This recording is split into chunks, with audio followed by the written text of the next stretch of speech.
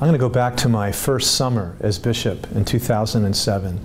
On August 4th, 4 young people who were hanging out in the back of a school in Newark late at night were set upon by 6 or 7 gang members. 3 of them were murdered and 1 survived.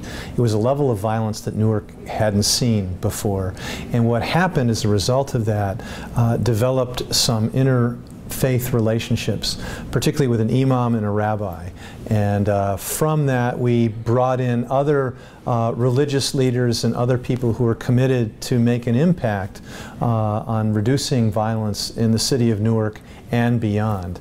And what we discovered was that there were so many people who were committed to doing things, but they were doing it in isolation for one another. And so we as a religious community could provide a space for different people to be in conversation, to learn from one another, to build solidarity, and to build a network.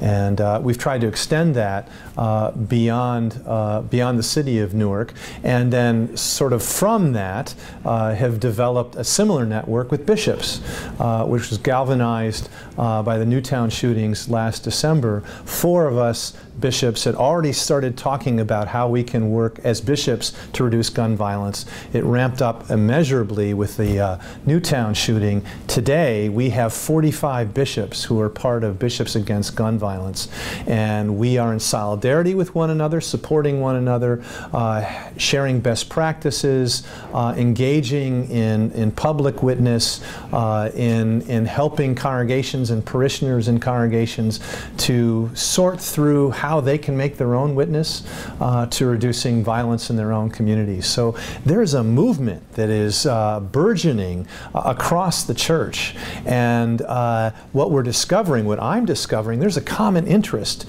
in reducing violence. Even people who are often thought to be gun promoters, they want to reduce violence too. Their strategy and tactic might be a little bit different, but there is a common interest in reducing gun violence. And as we continue to work and as we continue to learn and do research, we're discovering ways in which we can do that. And that is very gratifying indeed.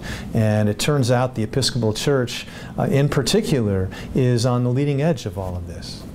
And if we in the church can provide the space for people from different locales, different life experiences to come together and share their pain, there is solidarity in that. There's solidarity in that, and what emerges from that is a deeper commitment and greater hope to make things different, to offer opportunities for action, for reflection, for a process that has the capacity to reduce gun violence.